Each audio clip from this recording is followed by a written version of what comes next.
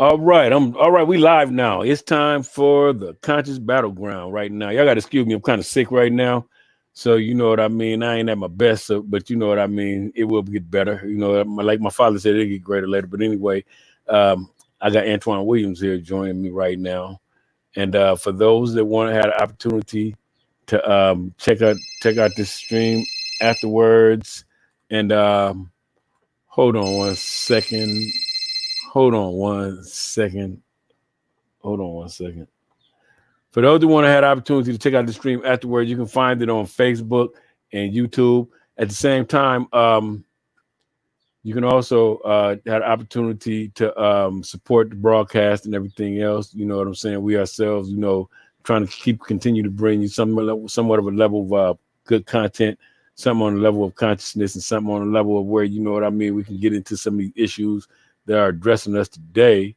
You know what I'm saying? And get to know what we need to be knowing. Because of the fact, there's some things out there that need to be spoken on and somebody need to be speaking on them. So, it's like y'all know.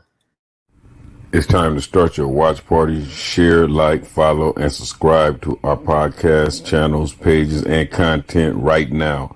www.madronaldradio.net, the Mad Ronald Radio Network.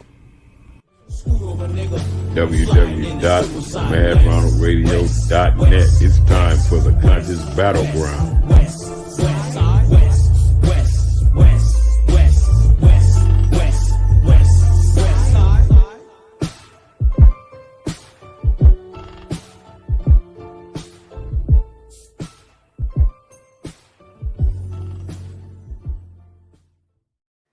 All right, y'all. Here we go. We back.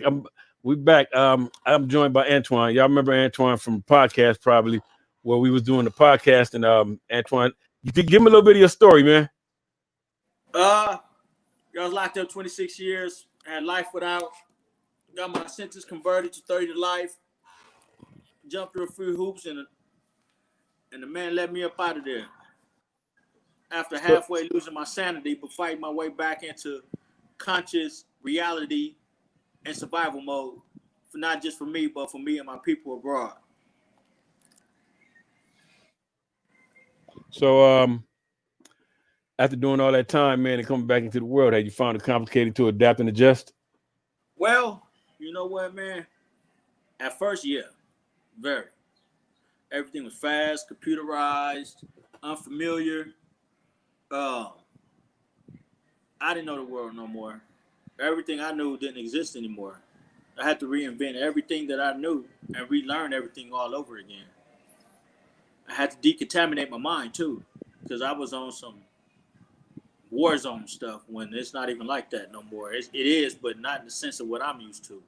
This new world that I'm living in now is a creation of what was manufactured by white America, black America, and all the others that's sleeping. Those that are woke and who was woke for many years, who was trying to put this in my brain before I was ready to receive it. Now that I have received it, it's like a shock and awe. It's like, oh man, what is this? When I had to take the bus one day, and instead of them telling me that everything's computerized, I'm looking to, go buy a bus pass, $15, and do my daily routine. I get there, man. They got man, when he told me the price, I looked at him. I thought he was playing with me. I said, what did you say, man? He said, yeah. I said, oh, hold up. Well, I'm gonna call somebody to come and get me. He looked at me. He said, you just got out, huh? I said, yeah, I did. He said, come on, man. Come on. I get on the bus, man, and I see people plugging their phones into the bus and stuff. I'm like, oh man, I don't know where I'm at. And I see all these drive-by barriers, speed bumps on the streets now. The whole world done changed that I know, man. I don't know anything anymore from that's a quarter of a century. Yes. That's a quarter of a century actually that you spent sitting in that cage, being incarcerated. And the thing about it is that you were capable and able to adapt and come back into society, and to be able to just be able to just come back, man. 'Cause I know some people. We got some people in there, man. That they say they lost their minds. We got people in there doing that kind of time. They said it went out on the med programs. You know what I'm saying? Cat Yeah. J's and all that there, man. As a matter of fact, y'all, for everybody listening, the music that y'all hear in the intro and the outro, that's Antoine's music. But before y'all get on my bumper, I told y'all about I don't listen to music where they say the word nigga, and I don't like that. But at the same time, I like the Antoine's music. So while Antoine's on here, I got to get on his bumper because y'all don't get on my bumper.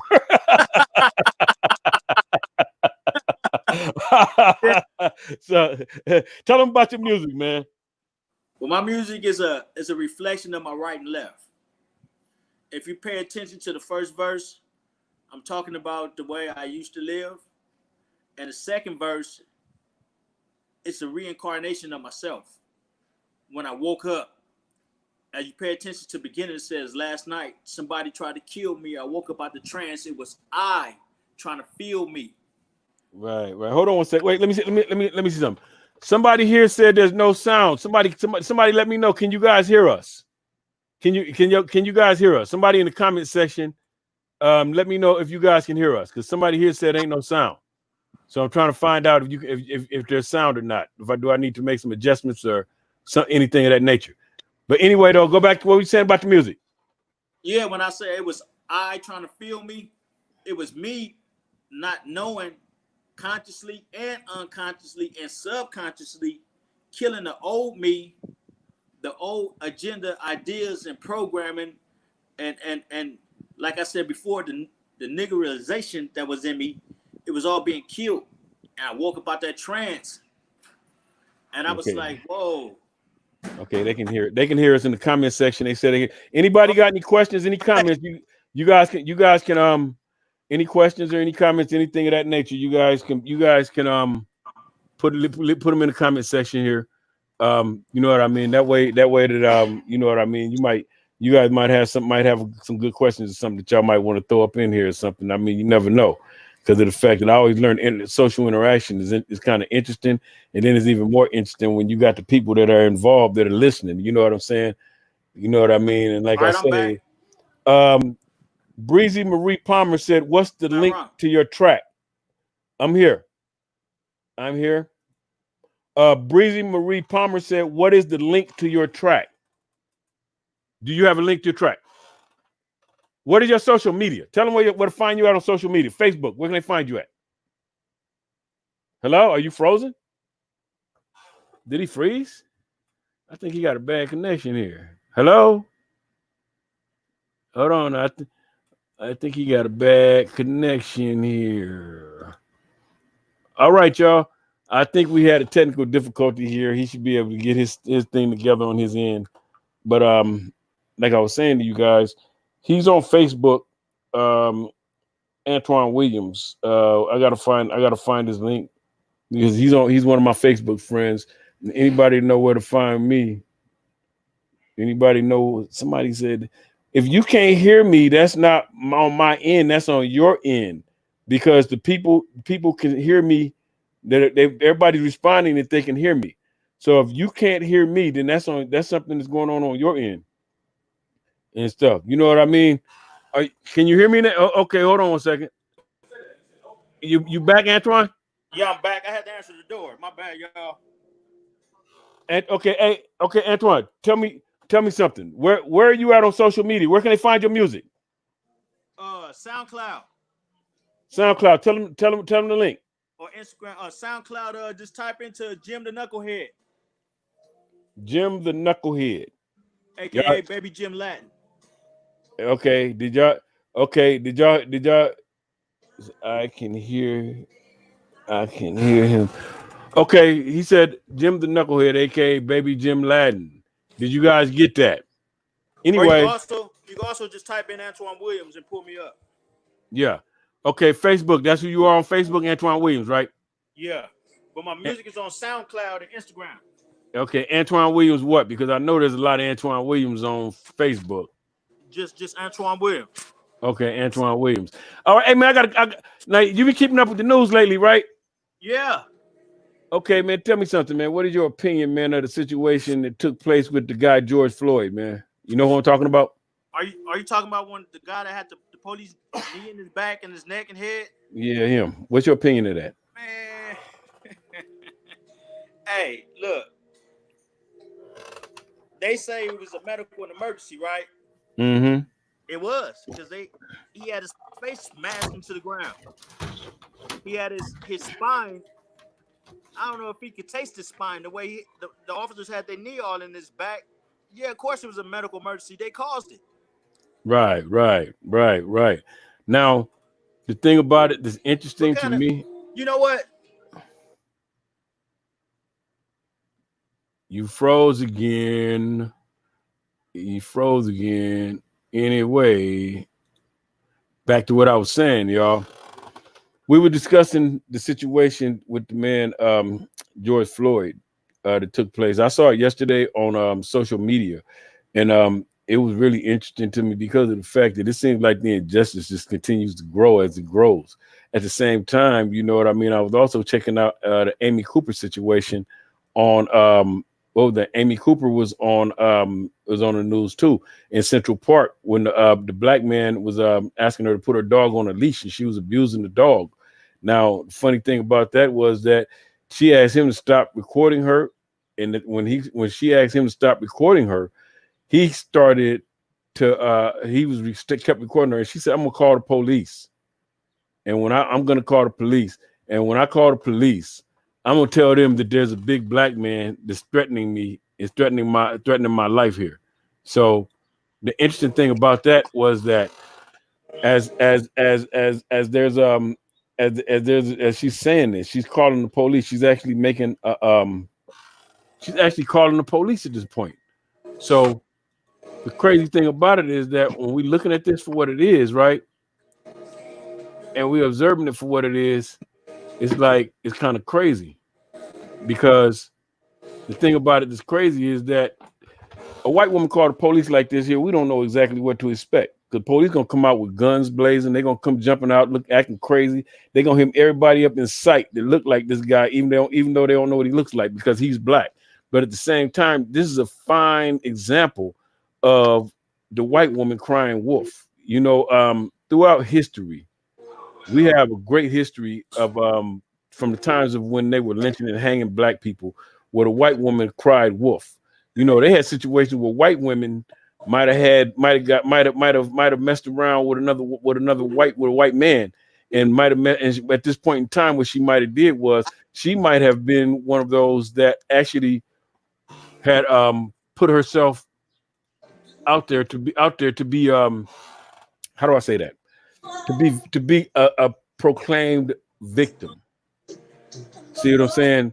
She might have been one of those that put herself out there to be a proclaimed victim, but at the same time, this might have cost a black man his life because of the fact that, you know what I mean, by this and through this, there's no telling. You know what I mean? What's your opinion? What is your opinion of that, Antoine? Antoine, your background. I can hear your background. Hold on, give me a second. Okay, but yeah, like I was saying though, it's like you just don't know the it's kind of crazy. You know what I mean? We look at this here and we take it for granted. But at the same time, stuff like this is really going on in the world. We just don't know. We got to understand where we at in the world. I see everybody checking in right now. You know what I mean? Y'all are tuned in. Y'all listen to the Conscious Battleground. Is that better? I'm actually, yeah, that's better. I'm actually, you know, we're doing our online thing right now. You know what I'm saying? And we're putting it down, and we're giving you guys some entertainment and something kind of current. You know what I mean? I know y'all want to hear me get online and talk all that crazy shit. Y'all want to hear me talk all that blood shit and all that gang banging shit. But all I can be for you is a blood that can deliver you some good information. You see what I'm saying? I can't get on here and start talking about a bunch of crazy ass shit that's gonna put everybody in jail. You know what I mean? But at the same time, you know, like I was saying though, the situation's been crazy throughout the last month. You know, we look at Ahmaud Arbery. You know what I mean? This man jogging through the streets of Brunswick, Georgia. White men chase him down like a lynch mob. You see what I'm saying? They chase him down like a lynch mob. You know what I mean? This case is so controversial that they can't even handle it in the county that it happened in. You see what I'm saying? Not to cut you off, Ron. No, go ahead. That reminds me of something. One day, man, we in the belly of the beast, man, and we having a conscious conversation. Go back a little bit. Me and a few older brothers who was schooling me real good. You know, we walking the child, man, and this guy has some brand new Air Force Ones on, right? And the brother stepped on his shoes, and dude tried his best to attack him and do whatever he wanted, you know, however it goes.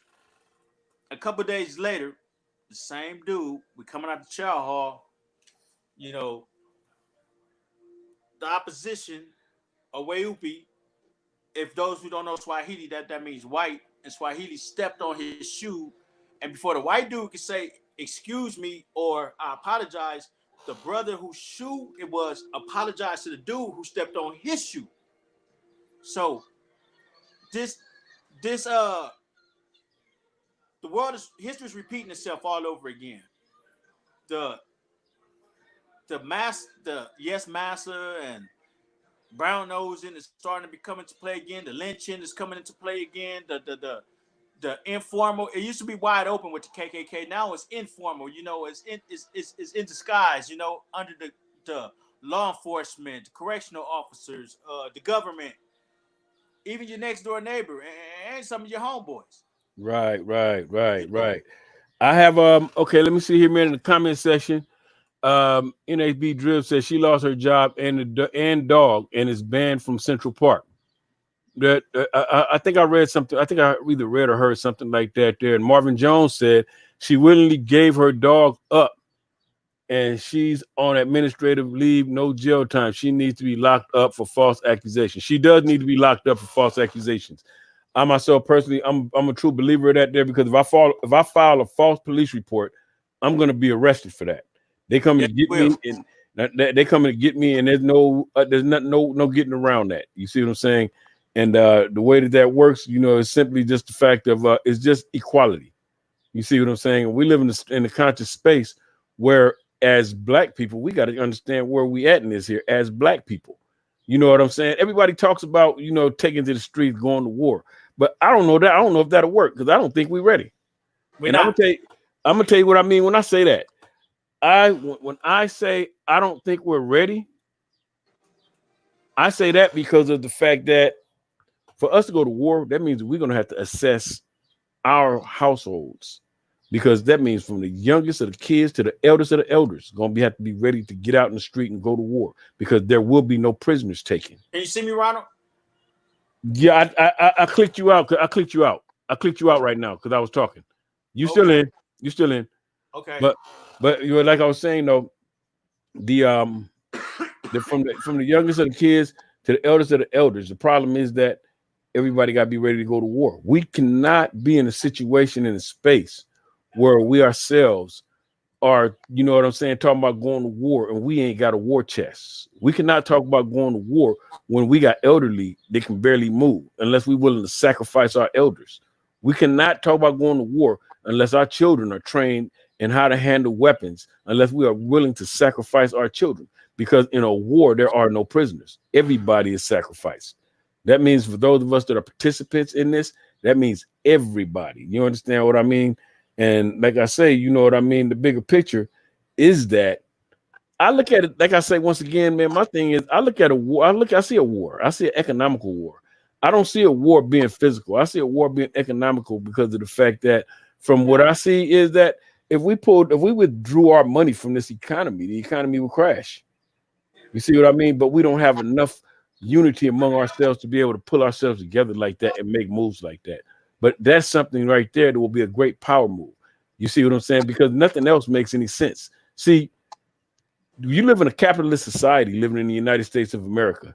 And in this capitalist society, the only thing that matters is money. That's it. I don't give a fuck how many guns you got. I don't give a fuck about any of this other shit. You got to have money to buy guns. You see what I'm saying? Right. Any and everything, you got to be prepared. And that is why I say that, because we're in a state of mind where people are always saying to themselves that, okay, well, we need to do this and go to war like that and go to war.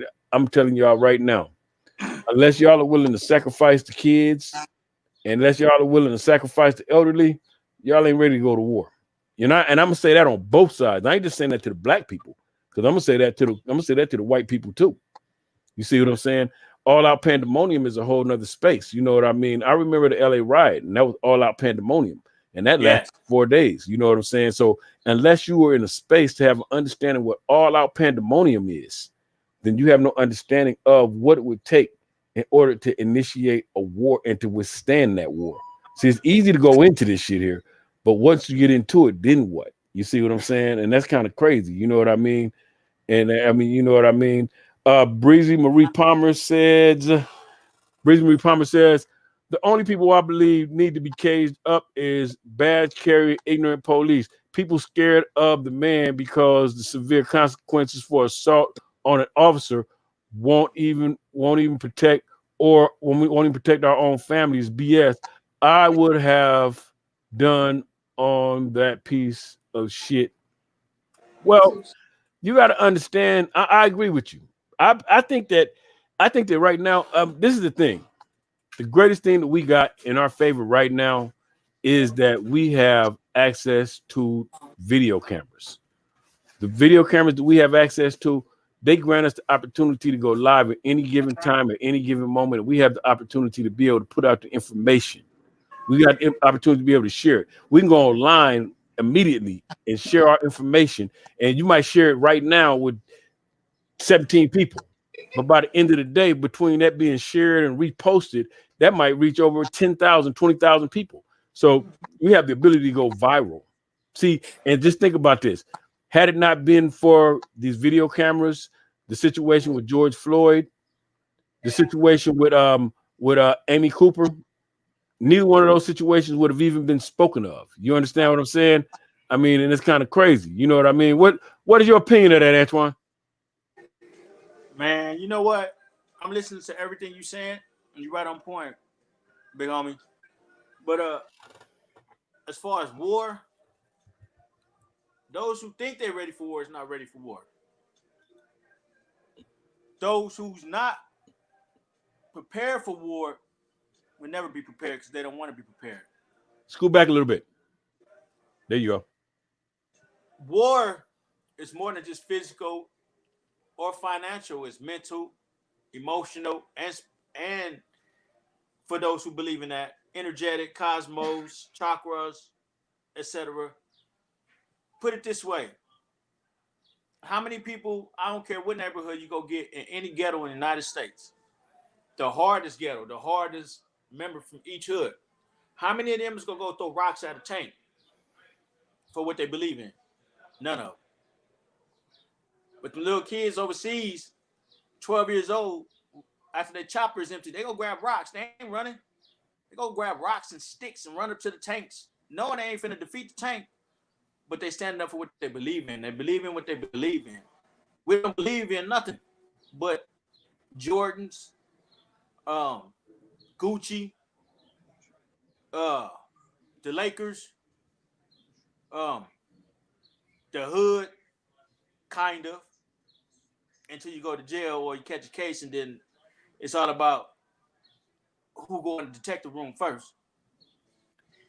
Man, not to keep changing the subject, man, but I'm taking everything in that's been going on lately, not just in the streets, been in the media, in corporate America, Black America, Asian America, the government, breaking it down from the cabinet.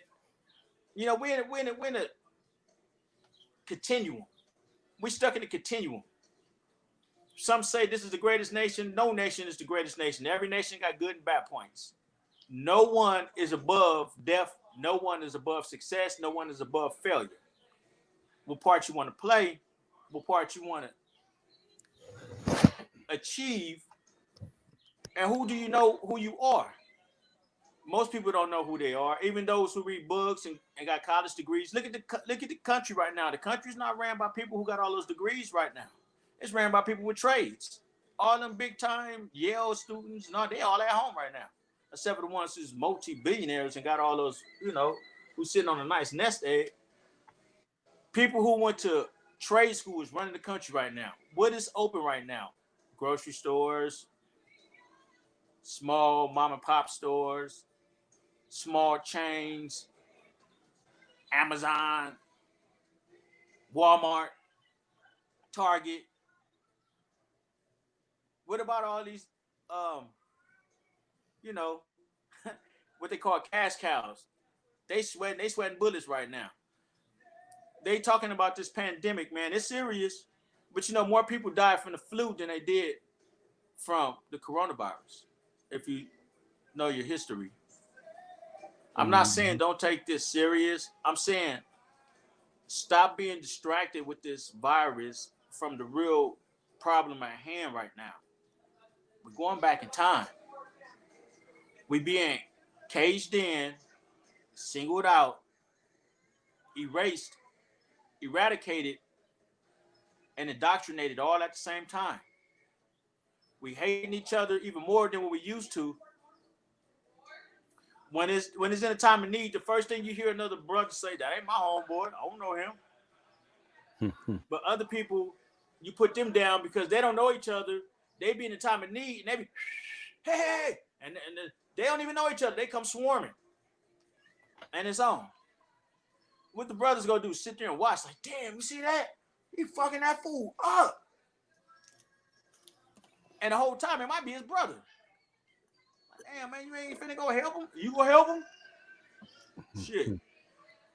He wasn't stolen. Now, let's flash back in time for a moment. Yeah.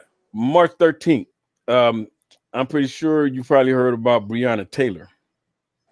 That was the EMT that was killed in her home in Louisville, Kentucky. Yeah. And the police served a false warrant in reality. And the person they were looking for was in custody already. They really fucked that one up. And the reality of that was that, you know, when I say they fucked that one up, they fucked that one up.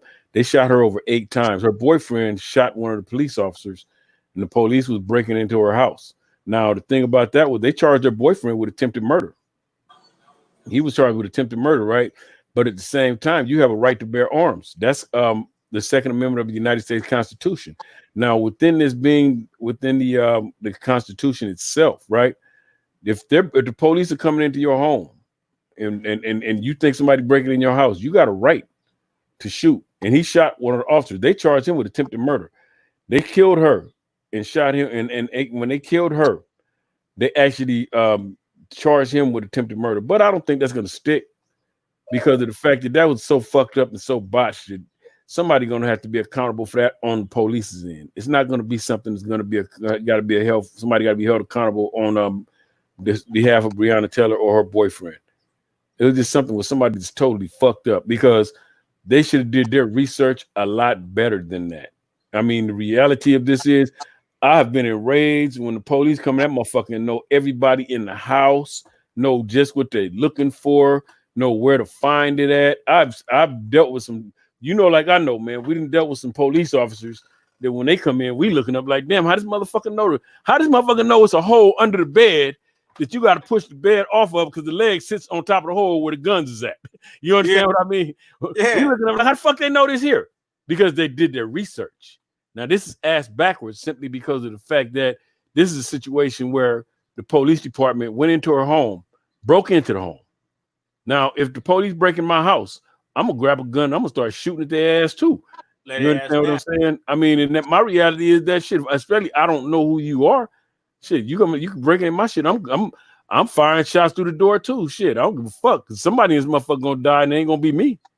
You know what I'm saying? But at the same time, it's fucked up because of the fact that she was somebody that was the actual innocent victim. This don't happen to white people. See, we don't have situations with white people where the police break in their houses and swear that there's some drug activity going on and they kill them in their sleep, or they kill them while they're in bed, or they come and make a false claim that there's a warrant and find out that the person they're looking for is actually in custody already.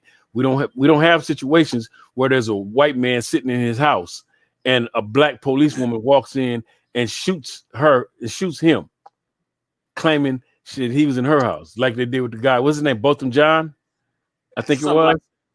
I think it was Botham John or something of that nature. See, these type of situations only happen to black people. And the interesting thing about this is that when these things are happening, we got to take into consideration understanding why. You understand what I mean? We still live in the space of systemic racism. Yeah. And when I say systemic racism, I don't mean on behalf of a person. I mean on behalf of a system that has been developed during the times of slavery, when a human being was, when a black man was considered 3/5 of a human being. So considering what we were considered by the United States Constitution at that time, we look at this on a whole nother level because of the fact that when they consider us what we are, and you consider when they wrote that Constitution what we were, they consider us still to be that to this day. You see what I'm saying? Sometimes we got to get beyond the window dressing because of the fact that we can look at some things and we think shit is equal, but that don't mean shit is equal. You understand what I'm saying? It don't mean the shit is the same. It don't mean that equality is equality. Because when is the last time you seen the police with they knee on a white man's neck and just kill his ass just like that there? You know what I mean? Now, don't get me wrong. Police didn't kill some white people out here. You know what I mean? Gunned them down and shit like that there. But you know what I'm talking about? Some real faulty bullshit like they did with the guy George Floyd. You see what I'm saying? And I mean, it's kind of crazy. You know what I mean? And like I say, you know what I mean? I got in the comment section, I see Larry L. Brown says, you got to know when to put the camera down and actually help, though. All those people watching Floyd, if only one person would have taken action, just running over there could have made the cops stand up and get off his neck like that. And that could have saved his life. Floyd is my niece's daddy. So this is one that hits close to home. You know that I was watching the video when the people were talking and they were saying, because the thing about the police is they're not going to let you get in there. Like, for instance, the police are going to form what do we call that, man? We call that like a protective barrier around the situation. So they're not going to allow you to get so close. You see what I'm saying? I understand what you're saying because of the fact that people did tape that, but sometimes we look at these situations and I don't see it to be nothing that can be done simply because of the fact that the way that they're trained, they're not going to allow people to get too close to the situation. You see what I'm saying? I do agree though, because maybe if there was a little bit more of a stir up of commotion, the officer would have threw him in the backseat of the car or something. That might have saved his life. You know what I'm saying? We have to look and take into consideration, what does it take to save a person's life? You know what I mean? We got to look and take into consideration when we look at people's lives, what is the value of a person's life? Because to value another human being's life, man, sometimes means we might have to go to great extremes. You know, I saw the lady, I was watching the video and I saw the lady there and the lady was saying, well, I'm an EMT the lady was saying I'm an EMT and this and this and this, check his pulse. And she, you know, all this about him, you guys are killing him and this and this and this. You know what I mean? And there was nothing that could be done. You know, I mean, I understand exactly what you mean. You know what I mean? And I send my condolences to the family. And it's kind of crazy though, man, to even consider, man, because it's wild, man, to be realistic with you. And I mean, this type of stuff is going to continue to go on, man, until we figure out means and ways to hold the police department accountable, because accountability is everything. See, but you know what, Ronald? What's that? We're not even holding ourselves accountable. Right. Why does black lives only matter when somebody white does something to them? Right. Black I agree with that. Matter every day. Don't just go get a sign and put it in the air when somebody of another race hurts somebody black. Do it when one of us do it. Love your people 365, man. When you start loving yourself, you'll learn to appreciate those around you. Then when you appreciate those around you, you know what you have. It ain't about your pockets. It's about your soul, your spiritual connection, man. Now, if that was black police on a white man, they would have had to probably kill some extra people because it would have been some scuffling going on or enough ruckus to where they would have been distracted.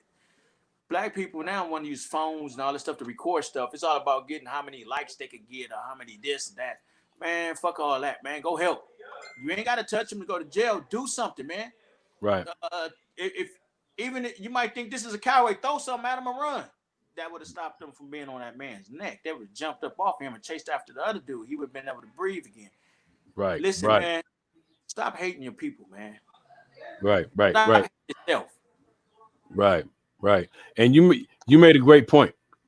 And the great point you made was, why do Black Lives matter when it's a white person that takes that black life? And we constantly killing each other. Um, man, I just trip off of how the situation is in our neighborhoods, man, in our communities. Now, at the same time, having once been a part of all of this confusion, all of the genocide, having once been a part of everything that's taking place right now, I have a greater understanding of what the world is like now. And I have an understanding of what shapes that world. You know what I mean? And as I'm looking at the world for what it is right now, man, I really, really, really look at the world and say to myself, why is it that Black lives only matter 50 to 75% and not 100? You understand what I mean by that, right? In other words, why do Black lives only matter to suit the agenda of the person standing in front? Mm-hmm. You see what I'm saying? Black lives only matter, and when we get to the point to where we're gonna suit the agenda of the person in front, but we don't get the Black Lives Matter out when there's a gang-related shooting. You see what I'm saying? Yeah. We don't get the Black Lives Matter out when, you know what I mean, there's black on black crime. Why not? Shit, ain't them black lives? It was Black Lives. So when we look at this on the overall, man, we got to look at this on the level to where people themselves, man, we got to have an understanding of where we at and what we doing, man. How are we doing it? You see what I'm saying? There needs to be somewhat of a level of organization or orchestration. We have no unity, Ronald. Huh? We have no unity. Remember the Black Panthers? How Mm-hmm. great they were before they got disrupted. You remember what? I don't know if those who are listening are old enough to know in depth about the Black Panthers and more than just a little bit what they saw on TV. But they said the government, white America, and the Federal Bureau of Investigation said the greatest threat to America is the free lunch program that the Black Panthers are giving out. Not them patrolling the officers, not them stopping white people from hurting black people, but the free lunch program. And when I first heard that, I was like, why is that? So I dug and got to doing research. It's because what does a cat do when you feed him? He won't leave your house. He might run off in the streets, but he'll come right back. And he know where he's going to eat at. And he's going to defend that home with his life. You know, the free lunch program was promoting unity, unification, love each other. Damn, this is my people, and he's willing to feed me. Doing that to kids when they this small, so that when they get this big, it'll be programmed in them to go feed other people how they were fed. And it starts off as just feeding people, and then you get other ideas like, let me see if I can help him get a job. Let me see if I can help him get a house. Let me see, not rent a house, buy a house, and then buy the land that he's on. Let's see if I can help him start a Fortune 500 company. Let's see if I could get him an office. Let's see if I could get him into another country and get some factories out there because they're sending all the jobs overseas where it's cheaper. Well, let's get us some factories over there too. They ain't thinking like that. But they can tell you what the score is on a basketball game. Right. That they're not benefiting from.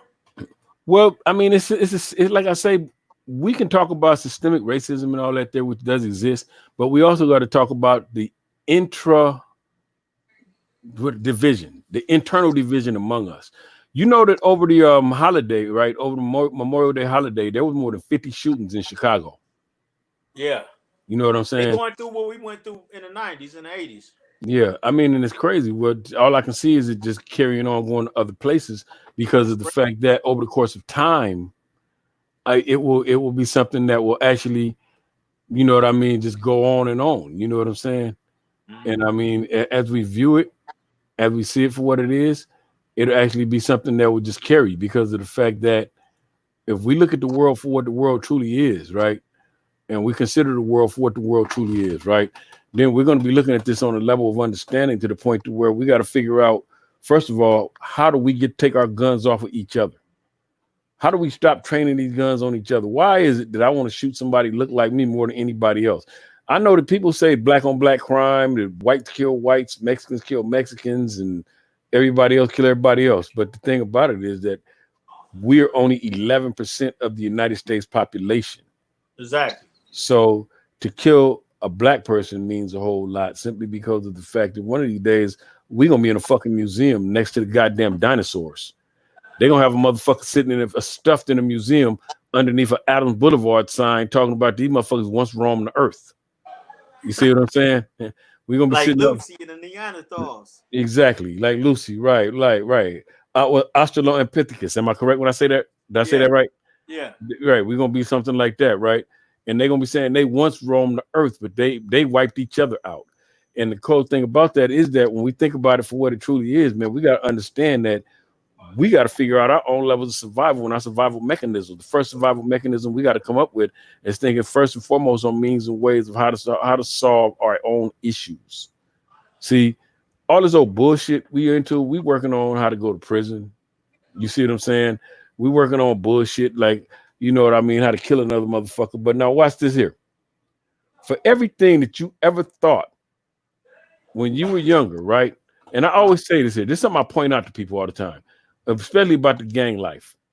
And I point this out on a regular basis. I always say that people in the gang life, something that they always do is these people will get into this lifestyle and they'll bring you in and they'll, you know, tell you about the homies and the barbecues and the girls and how cool this shit is and this and this and this. But nobody preps you for that prison time.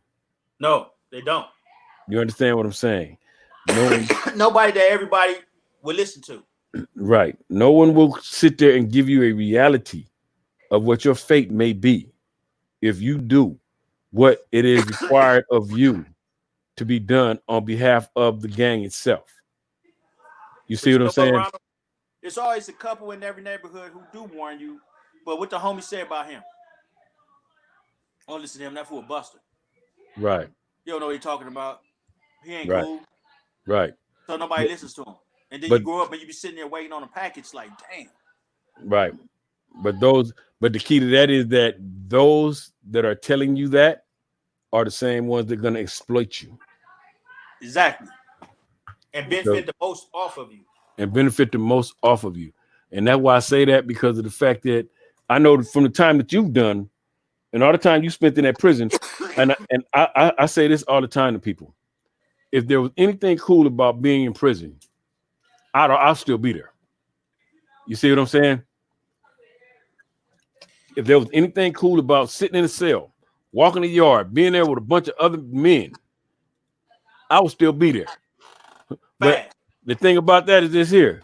I'm doing my damnedest not to be there because that ain't the place to be. You see what I'm saying? But at the same time, you have to also understand that that also kills off the contributions that we have to make to our own people. Because of the fact that we ourselves as a people, we got to understand that we have contributions. Now, that's the same as you coming back after spending all that time being incarcerated, and you yourself have the ability to be able to come out and educate because of the fact that nobody knows the world better than somebody who's been there. Let me share something with you, Ronald. Before Yes, I got sir. out of the halfway house, a brother came to the halfway house 3 weeks before I got out of there. I didn't remember him from when I first went to prison, but he remembered me. He's so old, and I think he's like 86 now. He was in prison 52 years. He was in there so long when he finally just got out. Everything scares him. He's scared of his phone. He's scared of the internet. And one day something happened. I think a car hit his brakes and he started running. I called him. I grabbed him, and he was so frightened. I started crying myself. Tears came out my eyes. I was hurt. Like, and guess what? He was in jail for, man. What? Theft Well, he was and under that old seven resisting of arrest. life. He theft and resisting arrest. He had a few years. I think he had a year, 18 months in prison. And while he was in prison, the guards jumped on him because he didn't want to squat and cough, and gave him a case. And so he started fighting them after that because he felt he had nothing to lose, and he ended up catching a life in prison. Right. And while he was in prison, he did all that time. When they finally started to let some of us out, he's so decrepit and frail and broke up now, man. It's sad, man. When them tears came out my eyes, man, I looked at this dude like, damn, man, that's what they were trying to do to me. Right. That's all I'm thinking. And I looked at him. I said, man, you saved my life. He said, what are you talking about? I said, I ain't gonna lie. I really don't remember you all that good. But just knowing what you are right now is what I fought not to become. Right. Well, you know that the prison system ain't nothing but another form of organized slavery. You got to remember they built prisons after slavery. We got the 13th Amendment. Right. Read it real careful. Right. And you know, they built the prisons after slavery. And the thing about that was the fact that when we look at this on an overall level, when we're looking at slavery for what it truly is, right? And the Constitution says that slavery has been abolished except for the convicted felon. We got to take into consideration, understand the fact that they still getting slave labor. Remember now, Microsoft is contracting to the prisoners. Bob Barker. Bob Barker, is he dead now? Is Bob Barker dead? I'm not sure. Bob Barker was providing the shower shoes. The shower shoes, the pants. Yeah, Bob Barker was providing the shower shoes. I mean, shit, he was capitalizing. You know what I mean? But at the same time, as we look at this on an overall level and we consider it for what it truly is, we got to look at this on a level to where we ourselves are no more than just a commodity of livestock, because we're on the inside, and what we're doing is we working for these major companies and not even getting the wages that the major companies should be paying us. So you think about how they're working us to death. You know what I mean? Seeing that old man that you're talking about, thing about that old man, the thing about him is that they worked him so much, worked him so hard that he serves no purpose to them anymore. He don't have the strength and he ain't got the days. They don't want to pay to have to bury him. They don't want to pay for his health care because he's old now. So the bigger picture to that is that when you look at this on an overall level, on a grander scale, what you're going to see is you're going to see things on a level of understanding to the point to where that old man serves no purpose. They push him out so they can bring in that 18-year-old that they can hold for the next 80 years. Exactly. You see what I'm saying? Because of the fact that when they bring him in, they bring that 18-year-old in, they're going that he gonna fill that same space. He gonna go to that same PIA job. He gonna manufacture license plates, computer chips, shrink wrap, whatever he's doing, whatever they doing. Yeah. You understand what I mean? He's gonna sit there, and his mentality, because of the fact that the reality of this is that it goes right back into the slave mentality, being incarcerated. And then we get so conditioned. I can remember being incarcerated, and I remember this. I never forget being incarcerated to the point to where we was like, I don't give a fuck. Fuck them. I'll go back. I don't give a fuck. Fuck them. I've been to prison. I don't give a fuck. I know everybody there. So motherfucking what? You can't scare me with talking about going to prison. I remember all of that there. So now we're in a space where when we look at this life for what it truly is, I can see that to be a point where I was institutionalized. It took me 5 prison trips to come to terms of understanding of being institutionalized. You see what I'm saying? Because here you go. The major poison of that came from the streets, and it came from the people I was among. You know what I mean? Because here you go. It was cool to go to prison. Everybody saying, oh, man, you know, shit, the homie up there. Whoa. Yeah, the homie up there. You know, they showing them pictures. When I was a kid, right?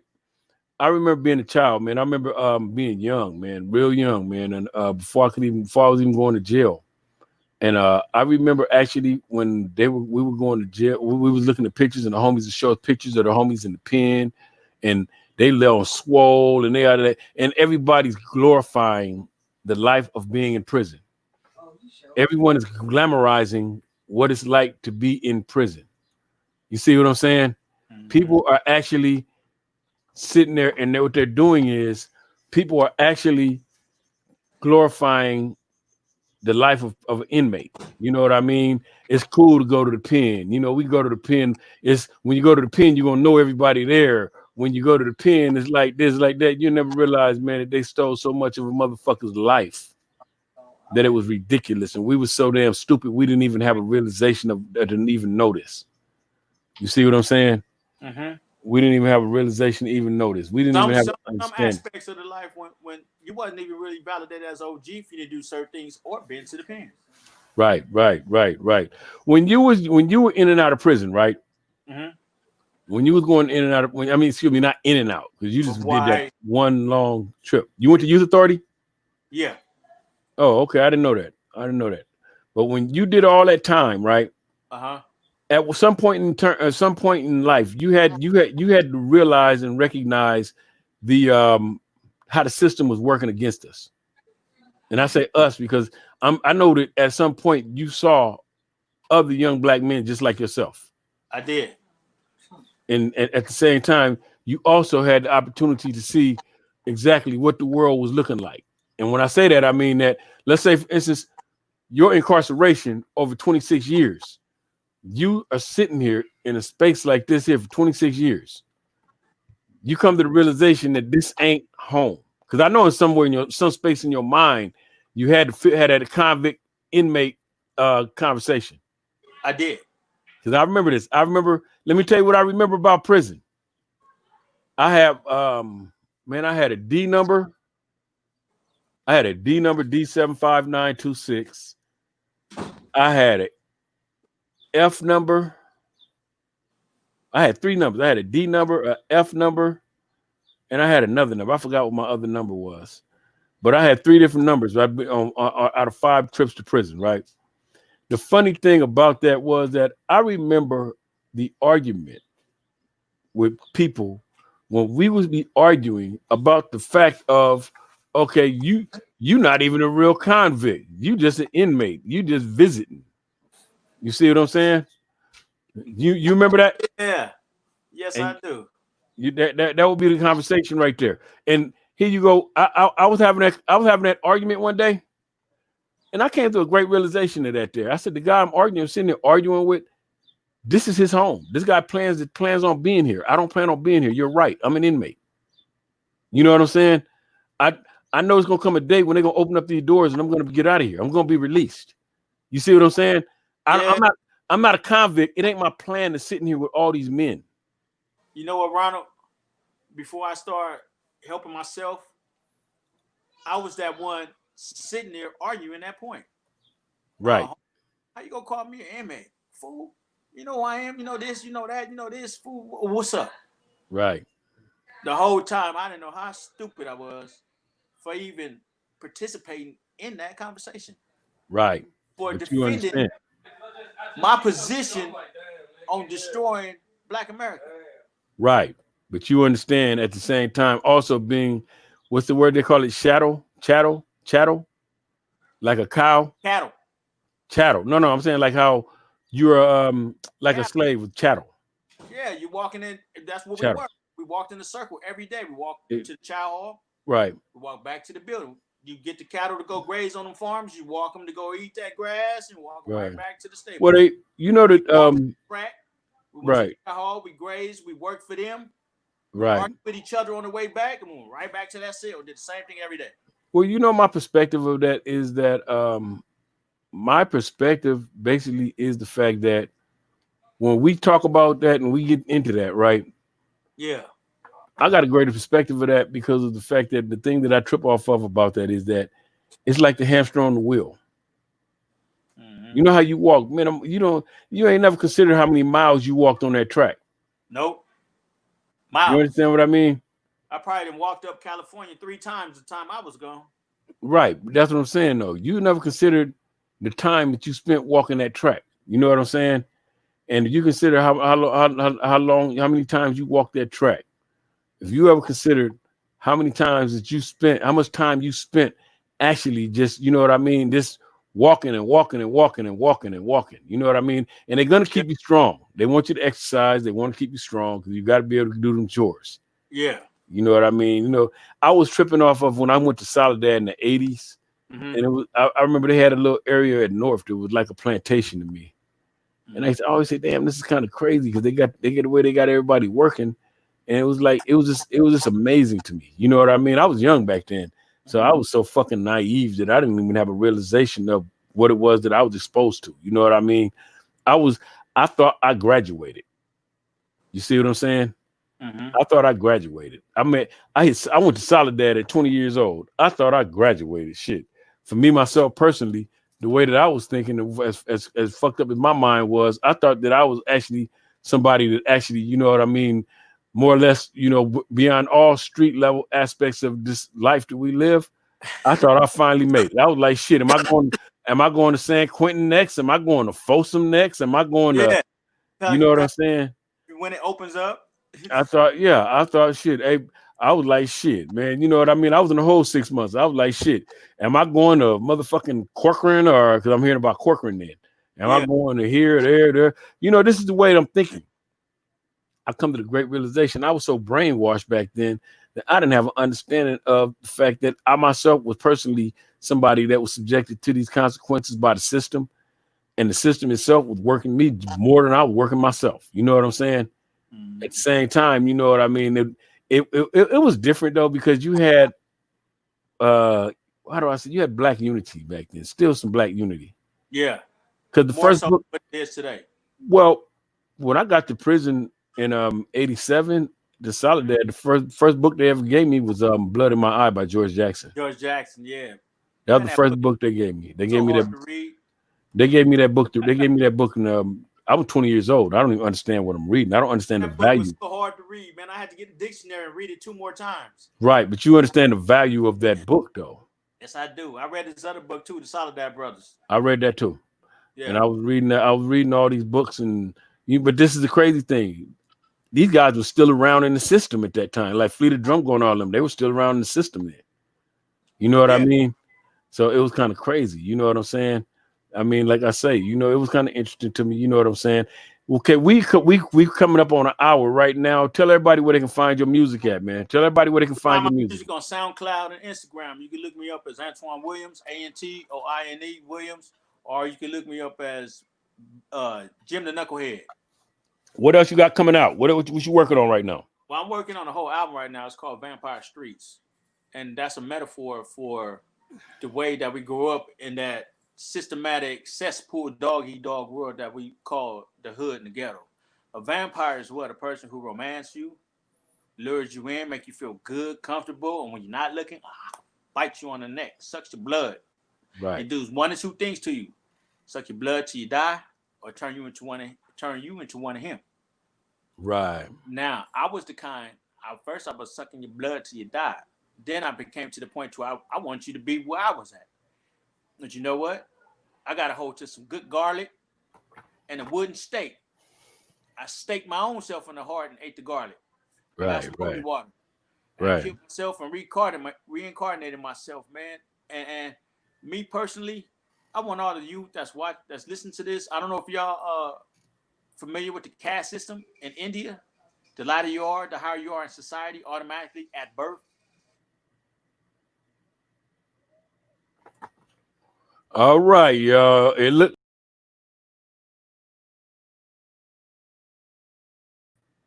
like due to technical difficulties that we just lost Antoine here. Probably was his connection. Anyway, I'm about to sign out now. Anyway, y'all can support the Conscious Battleground. Y'all can support the podcast Can you hear itself. me? Yeah, I can hear you. Y'all can support. Y'all can support us. Check out the podcast. Check out Mad Ronald Radio Network. Check me out. Check out my YouTube channel. Also, Mad Ronald Radio Vision. You know what I mean? Like I say, we got some more stuff coming up. So you'll be able to get a bar some more of this here. You know what I'm saying? We're gonna be coming about with some interesting things. And you know, like I say, you know what I mean. Trying to keep the people's eyes open. You know what I'm saying. We can't be sleeping through all this foolishness and all this madness that's going on. And before we go, I like everybody to know, like I had a conversation with another young man online the other day. Listen to Matt Ronald, man. And when you challenge him, I encourage you to challenge him because he's going to break you down. He's going to feed you some knowledge. He's going to put you in your place and at the same time build you back up and help you. Right. Let you know where you can succeed at. And for me, I'm Baby Jimbo, aka Antoine Williams, Baby Jim Latin. I would like to end this by saying, shake my hand because I'm willing to shake yours. Right. And I'm gonna be on what's your SoundCloud again? Antoine Williams, also Jim the Knucklehead, aka Baby Jim Latin. Yeah, Larry L. Brown wanted to know what your SoundCloud was. And I'm gonna be on podcasting. I got a podcast interview today with Mel Cross out of New York City, Cross TV Network. It's gonna be at 5:00 LA time, 8:00 New York time. So y'all can, if anybody this want to check that out, y'all can catch me over there. At the same time, y'all can support you can support the podcasting or support, you know what I mean, what we're doing here, you know what I mean, by Cash App, Ronald Rowland. You know what I mean? Y'all take the time out, show your support so we can keep bringing you this good content and stuff. You know what I mean? Anyway, look up Jim the Knucklehead. Don't forget, Yeah, West check out. West is the name of the song. Yeah, check him out. We got some more stuff coming up, and I'm gonna keep y'all updated on his music and stuff. And at the same time, I'm gonna keep y'all updated on where to find his music at. Y'all support him because of the fact that, like I say, you know what I mean. You ain't gonna find too many people that have been in that lifestyle that have the capability to come back out here and be able to give you some kind of conscious mind state. You know what I mean, and not glamorize where you've been at. All right, y'all. On that note, I'm out of here. It's time to start your watch party. Share, like, follow, and subscribe to our podcast channels, pages, and content right now. www.madronaldradio.net, the Mad Ronald Radio Network. This has been a Mad Ronald Radio Network production. Please like, subscribe, share, and follow our content. Be on the lookout for up-and-coming podcast shows, interviews, and live broadcasts. Thank you very much for following our network. The Mad Ronald Radio Network is available on Spotify, iHeart, TuneIn, Google Podcasts, iTunes, Apple Podcasts, Pandora, Amazon Alexa, and Amazon Echo.